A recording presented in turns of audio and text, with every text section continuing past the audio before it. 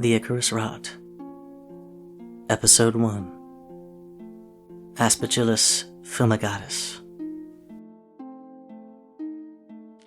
Observations on the heretofore unknown illness in Janesville, as recorded by Dr. Theodore Yates, February 15th, 1889. Due to the color of the emesis and the manner in which the patient's condition degenerates, I've taken to calling this unknown illness the Icarus Rot, or simply the Rot. There have been no deaths attributed to the Rot thus far, but the rapid progression shown in some cases is cause for concern. Without prior case studies to refer to, I found myself unable to predict the next symptom until a patient has presented with it. Mrs. Gibson stopped by the office this morning. She has come down with a cough and was concerned. I assured her that she shows no other symptoms of the rot, and colds are not uncommon this time of year with all in such close quarters. It does bring to mind that the dissemination of the disease is unknown. Cases are diffuse, and often only affect one member of a household.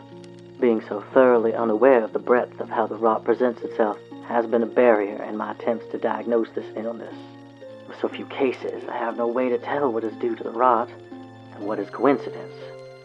However, considering my condition over the past few weeks, I think I may need to consider... Hey, Teddy.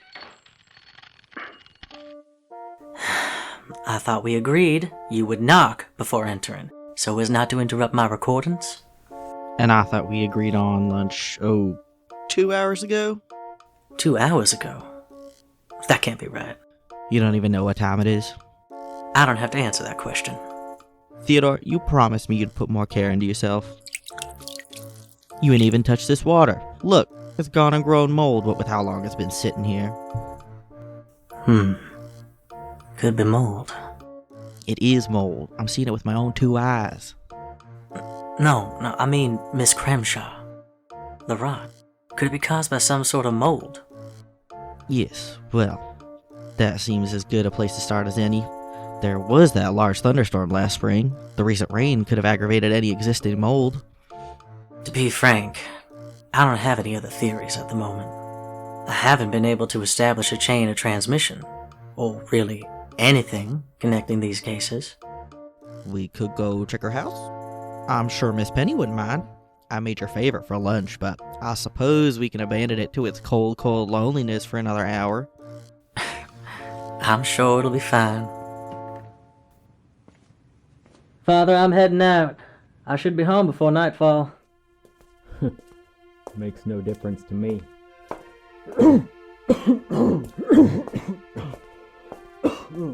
Be sure and lock the damn door this time.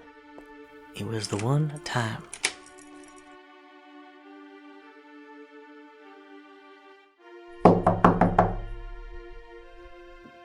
Oh, Dr. Yates. Do you have any news or anything for Mary? No. We have a hypothesis. Nothing we're too sure of, but something we'd like to explore. May we come in? Why, of course. How rude of me. Do you have mold in your home? Aspergillus, specifically? Since Teddy hasn't been able to figure out how the rot's spreading, he thinks it could be environmental. No. The house is spotless. We haven't had any problems like that. Do you mind if I poke around? See if there's something you might have missed? It can hide in some awful tricky places.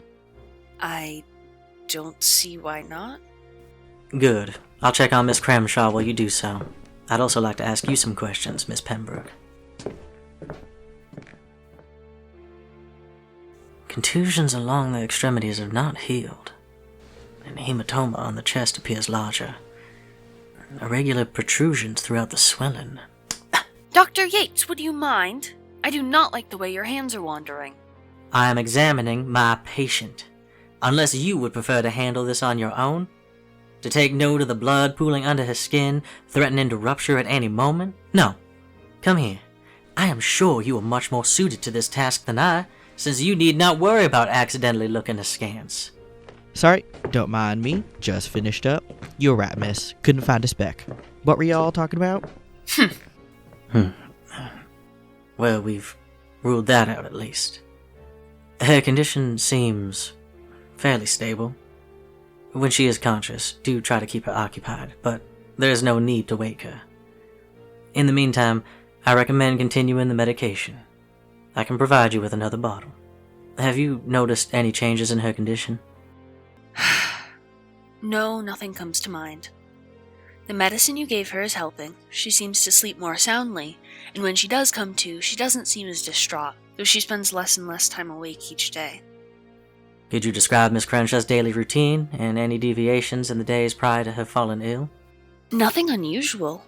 Mary fancies herself an unofficial town historian. When she's not tending to the garden, she's usually working on that, requesting records from the town hall, speaking to some of the miners. Since her father's death, she's been very interested in the mines. In fact... Could you write down a list of all the miners she'd spoken to? I could try, but I don't see how this is relevant. We don't know what the hell is relevant yet. Theodore, that ain't no way to be speaking to a lady. My apologies. Well, is there anything else? Any food she'd just tried, or that seemed off? Anywhere unusual she'd gone? I was going to say she'd recently spent some time looking around the mines. Said she'd found some interesting things left behind there. What was she wearing the last time she was there? Just her usual dress?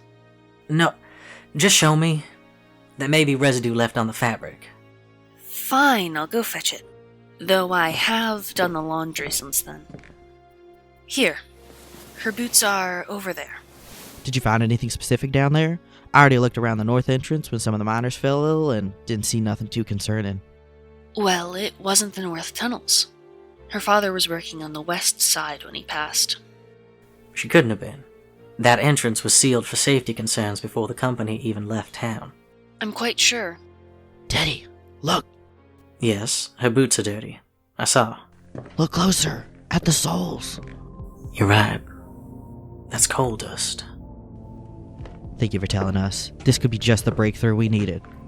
Let's get going, Teddy. We gotta leave now if we want to be home before dark. I'll be home when I'm home. But yes, I'd like to get there while there's still light to see by. We'll be seeing you. Please let me know if you find anything. She's barely had anything to eat this last week. I worry she's going to waste away if you don't find something soon. I assure you, I do not intend to let her condition progress any further if there's anything I can do to prevent it.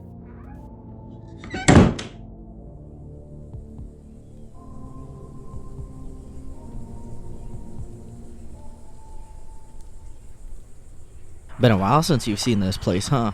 First time, actually. Really? I'd bring my pod dinner most nights. Of course, never went inside, but we'd eat out by the entrance. My father never wanted me around the mines. It wasn't a place for... Oh, yeah. Besides, you know I never had much interest in manual labor.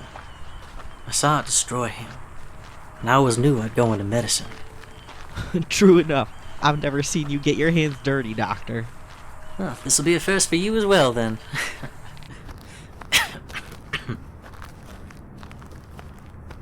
Well, I'll be darned. You think she tore these off herself? With her bare hands? I doubt it. It appears as if they were broken off around where they were nailed in. Not just anyone could have done that. It would have required an immense amount of force. Covering it back up, though, would be considerably easier. Well, I think it's safe to say that she was poking around here. I don't know if that's a good idea. You're not gonna get the full picture standing out here, Al. You can stay here, but I'm heading inside. Well, I ain't gonna let you go in alone.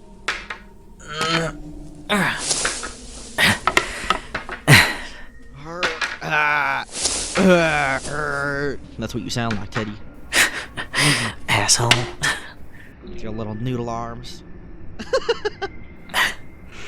Alright. You got a light? I can barely see past my hand. Hold on. Let me see if any of those lamps still got oil in them. What the fuck is that?